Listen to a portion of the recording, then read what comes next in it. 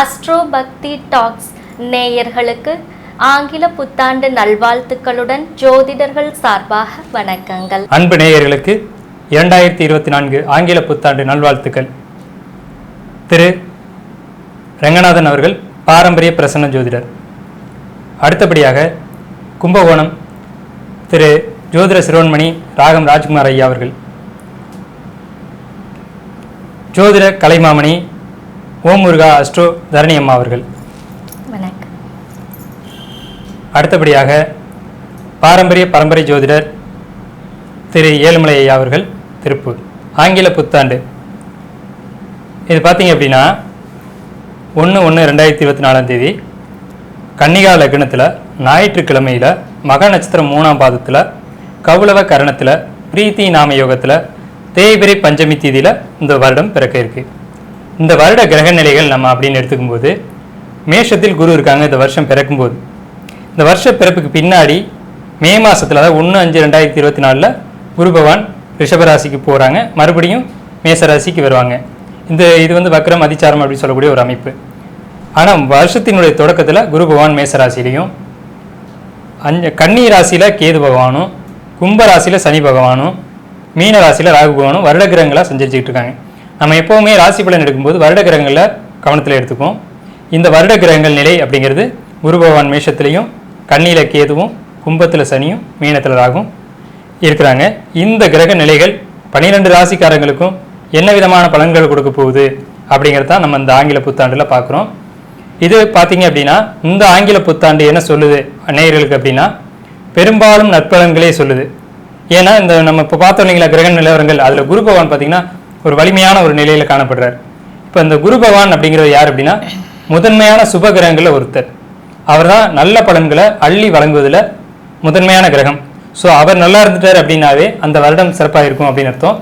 அதை விட இந்த பஞ்சாங்கம் நம்ம படித்தோம் இல்லைங்களா, ஞாயிற்றுக்கிழமை மக நட்சத்திரம், மகம்னாவே ஞானத்துக்குரிய நட்சத்திரம், அது ஆன்மீகத்துக்கான நட்சத்திரம் மக நட்சத்திரம். கன்னிகா லக்னத்திலே கேது இருக்க ஒரு அமைப்பில் இந்த வருடம் பிறக்குது. ஸோ இந்த அமைப்பு இந்த ஆண்டு 12 ராசிக்காரங்களுக்குமே ஒரு ஆன்மீகம் சார்ந்த விஷயங்களுக்கும் பழமையான விஷயங்களை புதுப்பிக்கிறதுக்கும் பாரம்பரியமான விஷயங்களை கடைபிடிக்கிறதுக்குமான ஒரு நல்ல அமைப்பாக இந்த ஆங்கில புத்தாண்டு பிறக்குது. 12 ராசிக்காரர்களுக்கும் எனது வாழ்த்துக்கள். இந்த 2024ஆம் ஆண்டு என்ன சொல்லுது அப்படின்னு பார்த்தோம் அப்படின்னா இந்த மாதிரி தொழில் பண்ணக்கூடியவங்களுக்கு, வியாபாரிகளுக்கு, பொதுமக்களுக்கு, ஆன்மீகத்தில் ஈடுபடக்கூடியவங்களுக்கு என்ன சொல்லுது அப்படின்னு பார்த்தீங்க அப்படின்னா குரு பகவான் மேச ராசியில் இருக்கிறது. குரு பகவான் தான் ஆன்மீகத்துக்கான கிரகம், இறை நம்பிக்கைக்கான கிரகம். ஒரு மனிதன் ஒழுக்கத்தோடு வாழணும் அப்படின்னா எந்த பிளான்ட் ஸ்ட்ராங்காக இருக்கணும் அவனுடைய ஜாதகத்தில் அப்படின்னா குரு பகவான் நல்ல நிலையில் இருக்கணும். குரு பகவான் அவருடைய ஜாதகத்தில் நல்ல நிலைமை இருக்கும்போது தான் அவங்க வந்து ஆன்மீக ரீதியான விஷயங்களை கடைபிடிச்சு சமூக கட்டுப்பாடுகளை கடைபிடிச்சு வாழக்கூடிய ஒரு அமைப்பில் இருப்பாங்க. இப்போ அந்த அடிப்படையில் பார்க்கும்போது இந்த ஆண்டு மக்கள் எல்லாருமே ஆன்மீக விஷயங்களுக்கு முக்கியத்துவம் கொடுப்பாங்க. இதை ஏன் நம்ம அழுத்தி சொல்கிறோம் அப்படின்னா கடந்த ஆண்டு நடந்த விஷயங்கள் எல்லாருக்குமே தெரிஞ்சிருக்கும்.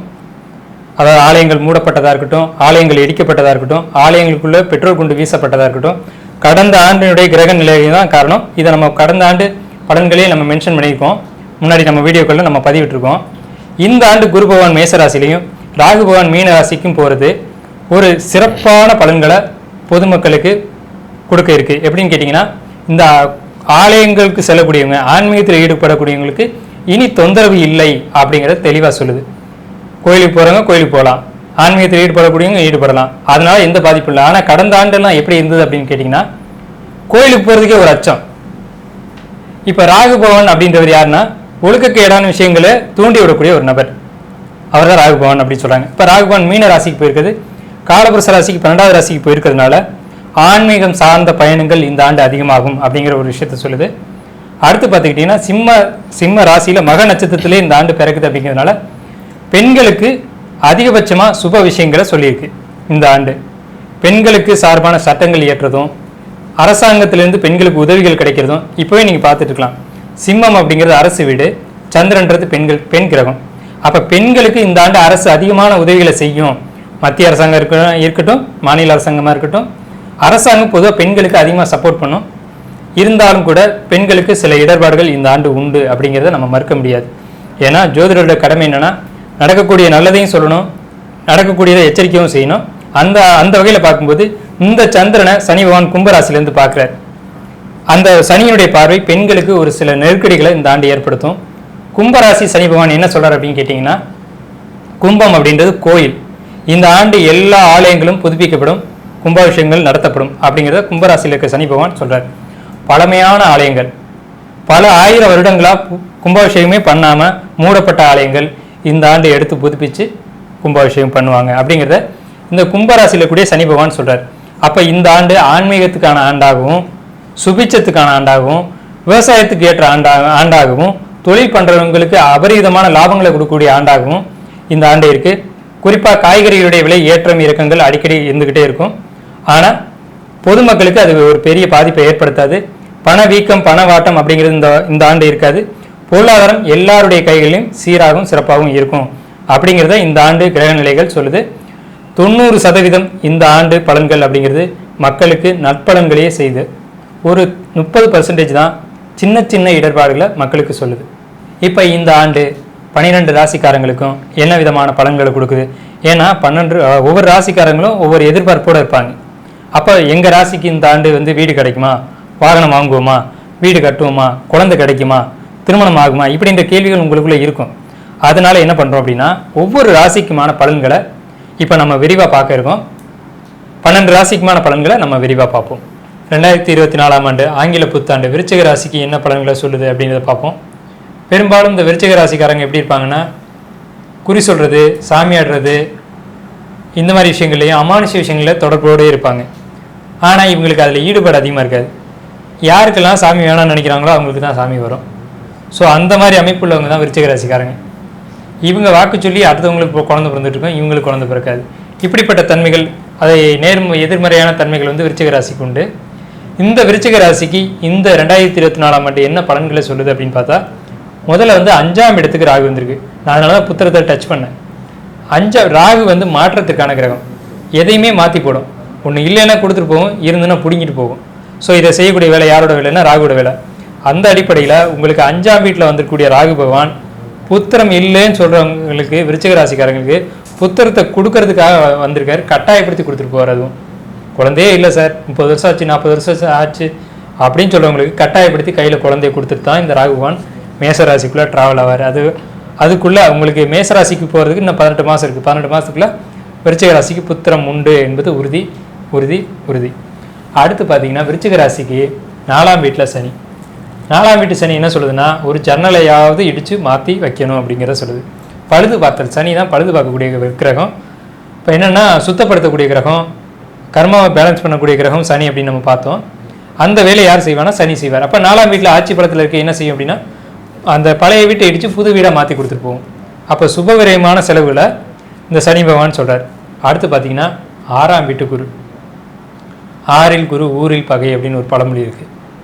ஒருத்தருக்கு 6ல் எப்போல்லாம் குரு வருதோ அப்போ ஊரோடு பகை வரும், ஊரே சேர்ந்து அவரை எதிர்க்கும். அப்படின்னா என்ன காரணம்னா, இவர் சரியான நடவடிக்கை இல்லைன்னு அர்த்தம். இவர் கரெக்டாக போனால் ஏன் இவருக்கு பிரச்சனைகள் வருது, சண்டைகள் வருது, வம்புகள் வருது? இவர் ஏதோ நடவடிக்கையில் மாறுறாரு, அதனால பிரச்சனைகள் வருது அப்படின்னு அர்த்தம். அப்போ விருச்சிக ராசிக்காரங்க நெளிவு சுழிவாக போக தெரியணும், நெளிவு சுழிவாக போவாங்க. ஆனால் இந்த காலகட்டங்கள் 6ஆம் இடத்துல குரு போகிற வரைக்கும் சில பிரச்சனைகளை சந்திக்கிற மாதிரி இருக்கும். அதனால என்ன செய்கிறோம், ஏது செய்கிறோன்னு கொஞ்சம் கவனமாக தெரிஞ்சுட்டு செய்யணும். இந்த வருஷத்தில் பிற்பகுதியில் பார்த்தீங்கன்னா, இந்த 5ஆவது மாதத்துக்கு மேலே ராசியை குரு பார்ப்பார். அது விசேஷம். ஏன்னா பெருசாக ஆசைப்பட்டுக்கிட்டு இருக்கீங்க. ஏன் பெருசாக ஆசைப்பட்டுக்கிட்டு இருக்கீங்கன்னு நான் சொல்கிறேன்னா, 5ஆம் வீட்டில் ராகு இருக்கார். 5ஆம் இடம் தான் ஆசை. அதை தூண்டி விடுற வேலையை ராகு பகவான் செய்கிறார்.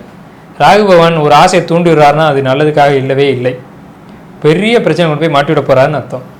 பேராசையை தூண்டி விட்டு அதில் குளிர் காய்ச்சிட்டு போகக்கூடியவர் தான் ராகு. அதாவது நீங்கள் பேராசையின் பின்னாடி ஓடுறீங்க, இல்லை நமக்கு இது போதும்னு இருக்கீங்களா அப்படின்றத செக் பண்ணுவார் ராகு. 5ஆம் வீட்டுக்கு வந்திருக்க ராகு ஒரு ப்ளஸ் என்னென்னா, குழந்தைய கொடுத்துருவார், இல்லைன்னு நம்ம இருக்கல. அதே சமயத்தில் நம்ம அளவுக்கு நம்ம தகுதிக்கு மீறி ஆசைப்பட்டுட்டிங்கன்னா அழிவை சந்திக்கிறதை யாராலையும் தடுக்க முடியாது. அப்போது விருச்சகம் கவனம் தேவை அப்படிங்கிறது நான் சொல்லக்கூடிய விஷயம். ஆனால் அதுலேயும் ஒரு 70% உங்களுக்கு நல்ல பலன்கள் தான் விருச்சிக ராசிக்கு இருக்குது. என்ன, வீடு, வண்டி, வாகனம், சொத்து சேர்க்கை, புதுசாக வீடு கட்டுறது, இதெல்லாம் இருக்குது. குழந்தை கிடைக்குது, திருமணம் நடக்குது. ஏன்னா 7ஆம் வீட்டிலேருந்து குரு ராசியை பார்க்குறாரு. 7ஆம் இடம் தான் திருமணம். அந்த வீட்டுக்கு குரு போயிட்டார். இந்த ராசிக்கு 2, 5 கூடையவர். அவர் பூர்வ புண்ணியாதிபதி, அவர் 7க்கு போயிட்டார். இது பெரிய ப்ளஸ். 5 கூடையவன் 7க்கு போய் ராசியை பார்க்குறது காதல் திருமணம் கைகூடும்னு அர்த்தம். யாரெல்லாம் விருச்சிக ராசிக்காரங்க லவ் பண்ணிக்கிட்டே இருக்காங்களோ அவங்க இந்த வருஷம் மேரேஜாக மாறப்போகுது, காதல் திருமணமாக மாறப்போகுது. அதாவது ஒரு பரிமாற்றம். 3ஆம் இடத்துக்கு பேர் வந்து அடுத்த ஸ்டெப்புக்கு மாறதுன்னு பேர். அப்போ 5 7 மாறுது. அப்போ லவ் பண்ணிட்டு இருக்கவங்க கல்யாணம் பண்ணுவாங்க. அப்போ வீட்டினுடைய பர்மிஷன் கேட்டு இவ்வளோ நாள் வந்து வீட்டில் எப்படி சொல்கிறதுன்னு யோசிச்சுட்டு இருந்திருப்பீங்க. அது ஆட்டோமேட்டிக்காக வீட்டுக்கு தெரிஞ்சு அவங்களே கூப்பிட்டு 2 பேரும் கல்யாணம் பண்ணிக்கக்கூடிய அமைப்பு அப்படிங்கிறது இந்த விருச்சிக ராசிக்காரங்களுக்கு இந்த சமயத்தில் உண்டு. அதே சமயத்தில் 6இல் குரு ஊருடன் பகை அப்படின்ற விஷயத்தையும் நீங்கள் கவனத்தில் வச்சுக்கணும் அப்படிங்கிறதையும் நான் வலியுறுத்தி சொல்கிறேன். ஸோ உங்களுக்கு பரிகாரம்னு எடுத்துக்கிட்டால் நீங்கள் ஆசைப்படக்கூடிய விஷயங்கள், நீங்கள் திட்டமிடக்கூடிய விஷயங்கள் சரிதானா அப்படின்றத செக் பண்ண வேண்டியது தான் உங்களுக்கு பரிகாரம். அடுத்து பார்த்துக்கிட்டிங்கன்னா யாத்திரைகள் போகிறது, கோயில் யாத்திரை. ஏன்னா இந்த ராகு மீன ராசியில் இருக்குது. மீன ராசி மோட்ச ராசின்னு பேர். 12வது ராசி, 12ஆம் இடம் தான் யாத்திரை. அது குருவோட வீடு, அங்கே ராகு வந்திருக்காங்க. அப்போ தீர்த்த யாத்திரைகள் போகிறது அல்லது பெரிய அதாவது நீண்ட தூரம் பயணம் செய்யக்கூடிய கோயில்களுக்கு போயிட்டு வருது. இதுதான் விருச்சிக ராசிக்கு என்னுடைய பரிகாரம். அடுத்து பார்த்தீங்கன்னா நம்மளுடைய அம்மா வந்து ஓம் முருகா அஸ்ட்ரோ தரணி அம்மா அவங்களுடைய கருத்துக்களை பதிவு செய்வாங்க. விருச்சிக ராசி காலபுருஷ தத்துவத்திற்கு 8ஆம் இடம் ராசியாக வந்துட்டு இருக்குங்க. செவ்வாய் அதிபதியாக வராங்க. ஆகையினால இந்த ராசிக்காரர்களுக்கு இயல்பிலேயே அமானுஷ்யம் சார்ந்த விஷயங்கள்ல ஒரு விதமான ஆர்வமும் ஈடுபாடும் இருந்துட்டு இருக்கும்.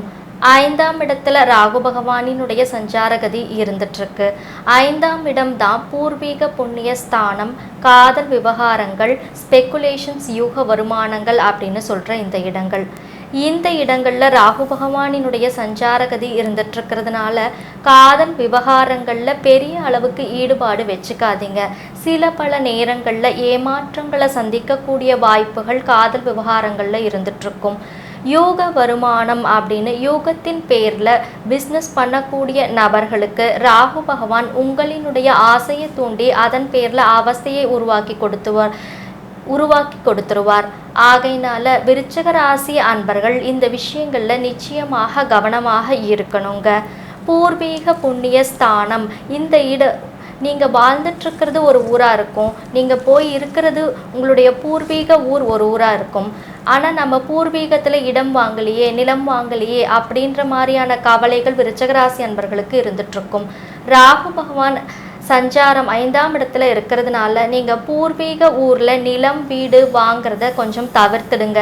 ஏன்னா அந்த மாதிரி நீங்கள் இடங்களை பூர்வீகத்தில் வாங்கணும்னு ஆசைப்பட்டீங்க அப்படின்னா அவற்றினால ஏமாற்றங்கள் உருவாவதற்கு வாய்ப்புகள் இருக்குங்க. 4ஆம் இடத்துல சனி பகவான் அர்த்தாஷ்டம சனியாக சஞ்சாரம் செய்துட்டு இருக்கிறாரு. விருச்சிக ராசி அன்பர்களுக்கு 4ஆம் இடம் அப்படிங்கிறது சுகஸ்தானம். இங்க ராகு பகவான் ஆட்சி பலம் பெறுகிறார். சுகங்களுக்கு ஒரு புறம் குறைவில்லை அப்படின்னாலும் உங்களினுடைய உடல் ஆரோக்கியத்துல சற்று சிக்கலான சூழல்கள் காணப்படுதுங்க. ஏன்னா 6ஆம் இடத்துலையும் குருவினுடைய சஞ்சாரகதி இருக்குங்க. அதாவது எந்த ஒரு விஷயமும் கூடினாலும் குறைந்தாலும் நோய் செய்யும் அப்படின்னு சொல்லுவாங்க. குருவை கொழுப்புக்கு காரகம் அப்படின்னு சொல்லுவாங்க. 6ஆம் இடத்துல குரு பகவான் கொழுப்பு சார்ந்த விஷயங்கள்னால நோய் உருவாவதை குறிக்கும். ஆகையினால நீங்கள் உங்களினுடைய உடல் ஆரோக்கியத்திலையும் கவனம் செலுத்தணும் அப்படிங்கிறத இந்த 6ஆம் இடத்து குரு பகவான் சொல்லாமல் சொல்கிறார். பிள்ளைகள் வெளியூர் வெளிநாடு பயணங்கள் செல்வது தவிர்க்க முடியாததாக இருக்கும். அவர்களினுடைய செலவீனங்களுக்காக கடன்பட வேண்டிய சூழ்நிலைகள் அவ்வப்போது உருவாகத்தாங்க செய்யும். ஆனாலும் கவலை இல்லைங்க. உங்களினுடைய குரு பகவான் 6ஆம் இடத்துல மறைவிடத்துல இருக்கிறாருங்கிற கவலை இருந்தாலும் கூடிய விரைவில் இந்த ஆண்டினுடைய மத்தியம பகுதியில் குரு பகவானினுடைய சஞ்சாரகதி ரிஷபராசிக்கு வந்த உடனேயே உங்களினுடைய துன்பங்கள் படிப்படியாக குறையிறத பார்க்க முடியுங்க. 11ஆம் இடத்துல கேது பகவானினுடைய சஞ்சாரம் இருந்துட்டு இருக்கிறதுனால அந்நிய நபர்களால் லாபங்களை பெற முடியுங்க.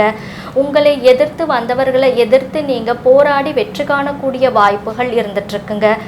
ஆக மொத்தம் விருச்சிக ராசியை பொறுத்த வரைக்கும் ஆரோக்கியத்தில் கவனம் செலுத்த வேண்டிய சூழ்நிலைகளும் பிள்ளைகள் விஷயத்தில் அவர்களுடைய போக்குகளில் கவனம் செலுத்த வேண்டிய நிலையிலும் இருந்துட்டு இருக்கீங்க. அம்மா பார்த்தீங்கன்னா அழகாக சொன்னாங்க. இந்த விருச்சிக ராசிக்கு 4ஆம் வீட்டு சனி என்ன செய்யும், 6ஆம் வீட்டு குரு என்ன செய்யும், அதுக்கு என்ன பரிகாரம் அப்படிங்கிறத அழகாக நமக்கு கோட் பண்ணி சொன்னாங்க. அடுத்து பார்த்தீங்கன்னா நம்ம கும்பகோணம் ராஜ்குமார் ஐயா அவங்க கருத்தை அவங்க முன்வைக்கிறாங்க.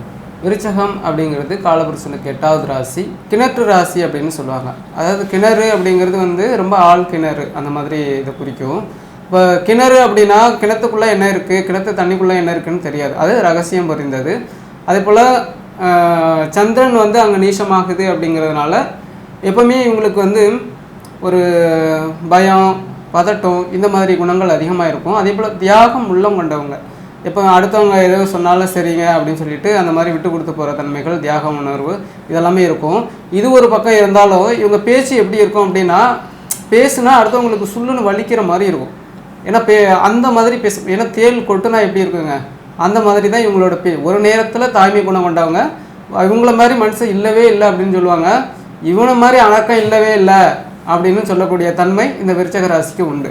அதே போல் இவங்க தியாகம் உள்ளம் அப்படின்னா இவங்களால அடுத்தவங்களுக்கு நிறைய வந்து பலன்கள் இருக்கும். அதாவது இப்போ இவங்களோட இது வந்து ஜோதிடம், மாந்திரிகம் இந்த மாதிரி துறைகளில் இவங்க வந்து சிறப்பாக இருப்பாங்க. அதை பொது வாழ்க்கையில் இவங்களுக்கு அவ்வளோ பெயர் புகழ் இதெல்லாமே வந்து கிடைக்கும், அந்த மாதிரி தன்மை உண்டு. இப்போ இவங்களுக்கு விருச்சக ராசிக்கு 4ஆம் இடத்துல சனி பகவான் இருக்கார். இது வந்து என்ன சொல்லுவாங்க, அர்த்தாஷ்டம சனி அப்படின்னு வந்து சொல்லுவாங்க. உடல்நிலைகளில் பிரச்சனைகள் அது வந்து கொடுக்கும். அதே போல் மார்பு சார்ந்த பிரச்சனைகள், சளி தொல்லைகள் இந்த மாதிரி இது ஹார்ட் சம்மந்தமான பிரச்சனை இதெல்லாமே வந்து கொஞ்சம் கவனமாக இருக்கணும். அதே போல் 5ல் வந்து ராகு பகவான் இருக்கிறது குழந்தைகள் சார்ந்த விஷயங்களில் கொஞ்சம் கவனமாக இருக்கணும். ஏன்னா குழந்தைகளை கொஞ்சம் நல்லா வாட்ச் பண்ணணும். இப்போ டீனேஜில் இருக்கிற குழந்தைகள் அப்படின்னா நம்ம அவங்க விஷயத்தில் கொஞ்சம் கவனமாக இருக்கணும். அவங்களோட ஃப்ரெண்ட்லியாக நம்ம வந்து பழகணும். ஸோ அப்படி இருக்கிறப்போ அவங்களோட லைஃப் வந்து கொஞ்சம் நம்ம அழகாக ஹேண்டில் பண்ணி எடுத்துகிட்டு போக முடியும், அந்த மாதிரி ஒரு அமைப்பு இருக்குது.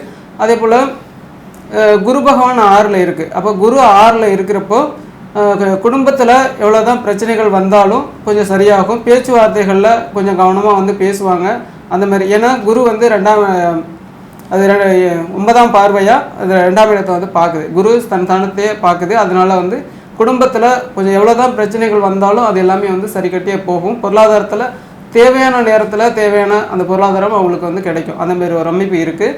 அதே போல் குரு பகவான் வந்து இப்போ சித்திரை மாதம் 18ஆம் தேதி அந்த மேச ராசியிலேருந்து ரிஷபராசிக்கு வந்து குரு வந்து போகிறாங்க. அப்போ குரு வந்து 7ல் வரும்போது அந்த குரு சந்திர யோகம் அவங்களுக்கு வந்து கிடைக்கிது. அப்போ இப்போ இருந்த பிரச்சனைகளுக்கு எல்லாமே ஒரு முற்றுப்புள்ளி வைக்கிற மாதிரி அந்த குரு பகவான் அவ்வளோ அற்புதமாக வந்து உதவி பண்ணுவார். அதே போல் கேது வந்து 11ஆம் இடத்துல இருக்குது. 11ல் இருக்கக்கூடிய கேது நல்ல பலன்களை வந்து தருவார். அதாவது சூட்சமமாக நல்லது நடந்திருக்கு, இவ்வளோ நாள் இருக்கக்கூடிய பிரச்சனை இப்போ வந்து நல்ல விதமாக மாறியிருக்கு, என்ன காரணம்னு தெரியாது, நல்ல விஷயமா நடக்கும். அந்த மாதிரி ஒரு தன்மையை வந்து இப்போ வந்து கேது பகவான் வந்து கொடுப்பார். பொதுவாக விருச்சிக ராசிக்கு அம்மா அப்பாவை எப்பவுமே வந்து வழிபாடு பண்ணணும், சூரியன் சந்திரனை வந்து வழிபாடு பண்ணணும். ஏன்னா இதை தான் நம்ம வந்து முறையாக வந்து பண்ணிகிட்டே இருக்கணும். இதை செஞ்சாலே இவங்களோட வாழ்க்கை வந்து உயரும். அதே போல் குருவை வந்து அந்த சித்தர்கள் வழிபாடு, யாராச்சும் ஒருத்தரை மானசீகமாக வந்து வழிபாடு பண்ணணும். இது இந்த வருஷம்னு இல்லை, எப்பவுமே இவங்க வழிபாடு பண்ணுறப்போ இவங்களோட வாழ்க்கை உயர்ந்துக்கிட்டே இருக்கும், அந்த மாதிரி ஒரு தன்மையை குறிக்கும். இப்போ ஐயா சொல்லும்போது குருமார்களை வழிபாடு பண்ணணும் அப்படின்னு நாங்கள் விருச்சிக ராசிக்கு இது ஒரு அற்புதமான பரிகாரம். இது வந்து இந்த ஆண்டு மட்டும் இல்லை, உங்களுக்கு வந்து உங்கள் பிறப்பு ஜாதகம் எப்படி தான், 5 கூட ஒரு குரு வருவார். அந்த 5ஆம் இடத்தை பூர்வ புண்ணிய ஸ்தானத்தை ஆக்டிவேட் பண்ணுற மாதிரி தான் ஐயா வந்து பரிகாரம் சொல்லியிருக்காங்க. இதை பண்ணும்போது உங்களுடைய பூர்வ புண்ணியம் அப்படிங்கிறது இல்லாததை கூட எடுத்து கொடுத்துட்டு போயிடும். உங்களுக்கு பூர்வ புண்ணியமே இல்லாமல் கூட இருக்கலாம், அதை கூட எடுத்து கொடுக்கக்கூடிய வேலையை அது செய்யும். அதனால் குருமார்களுடைய வழிபாடு, அதாவது ரிஷிகள், ராகவேந்தர், ஆதிசங்கர் இந்த மாதிரி குருமார்களுடைய வழிபாடு எடுத்துக்கிறது உங்களுக்கு இந்த 2024ஆம் ஆண்டு சிறப்பாக தான் இருக்குது. என்ன காரணம்னு கேட்டிங்கன்னா, எப்போவுமே ஜோதிட விதி என்னென்னா தன் வீட்டை பார்த்த கிரகத்துக்கு வலிமை அதிகம். இப்போ குரு பகவான் மேஷத்தில் இருக்காருங்க, 9ஆம் பறவை தன் வீட்டை தனுசு வீட்டை 2ஆம் வீட்டை, அதாவது விருச்சிகத்துக்கு 2ஆம் வீட்டை பார்க்குறாரு. அப்போ தனவரவுக்கு இந்த ஆண்டு பஞ்சம் இல்லை அப்படிங்கிறது தெரிஞ்சு போச்சு, பொருளாதாரத்துக்கு பஞ்சம் இல்லை.